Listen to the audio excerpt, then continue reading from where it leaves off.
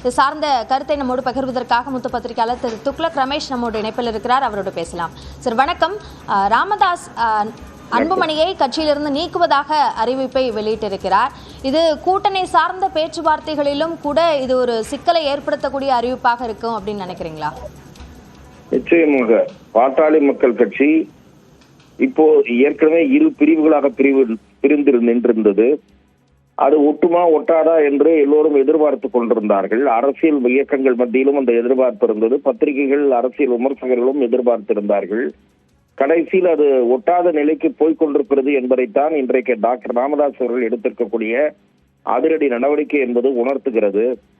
இப்போது இரு கூறுகளாக பாட்டாளி மக்கள் கட்சி பிளவுபட்டு விட்ட நிலையில் எந்த கூறு, எந்த பகுதி, எந்த கூட்டணியுடன் சேர்ந்தாலும் அவர்களுக்கு பழைய மரியாதை கிடைக்காது. பழைய அளவுக்கு சீட்டு பேரம் பேச முடியாது. எந்த கட்சியோடு சேர்கிறார்களோ அந்த கட்சி கொடுக்கிற இடங்களைத்தான் வாங்கிக் கொள்ள வேண்டி இருக்கும். அதே போல ராஜ்யசபா சீட்டெல்லாம் கேட்டு பெற முடியாது. அதற்கான வாய்ப்பும் இல்லை. பாட்டாளி மக்கள் கட்சி நிச்சயமாக வலிமை இழக்கக்கூடிய சூழல் தான் இந்த நடவடிக்கையின் மூலம் உருவாகி இருக்கிறது. ஏற்கனவே பாட்டாளி மக்கள் கட்சியினுடைய ஓட்டு வங்கியில் சேதாரம் ஏற்பட்டிருக்கிறது.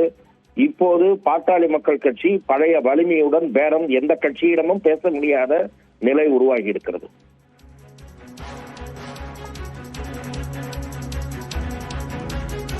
இந்த யாருக்கு எந்த அளவிற்கு ஆதரவு இருக்கிறது என்பது இன்னமும் ஒரு ப்ரூவ்டு நம்பராக நமக்கு தெரியாமல் தான் இருக்கிறது. இப்போ ராமதாஸ் தரப்பை பொறுத்த வரைக்கும் நிர்வாகிகள் அன்புமணி பக்கம் இருக்கலாம், ஆனால் தொண்டர்களை பொறுத்த வரைக்கும் ராமதாஸ் பக்கம் தான் இருக்கிறார்கள் என்ற ஒரு விஷயத்த சொல்றாங்க.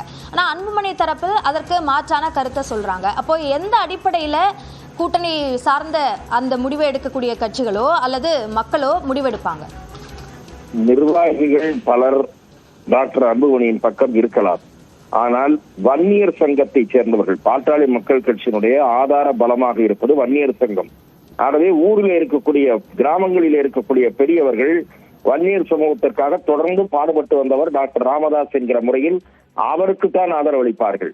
சோ கட்சியில இருப்பவர்கள் அன்புமணி பின்னால் இருக்கலாம். ஆகவே எப்படி இருந்தாலும் ஓட்டுப்பிளவு, பாட்டாளி மக்கள் கட்சியினுடைய ஓட்டு வங்கியில் ஓட்டுப்பிளவு என்பது ஏற்பட்டே தீரும். நன்றி திரு துக்ளக் ரமேஷ், இணைப்பில் வந்து கருத்துக்களை பகிர்ந்து கொண்டமைக்கு.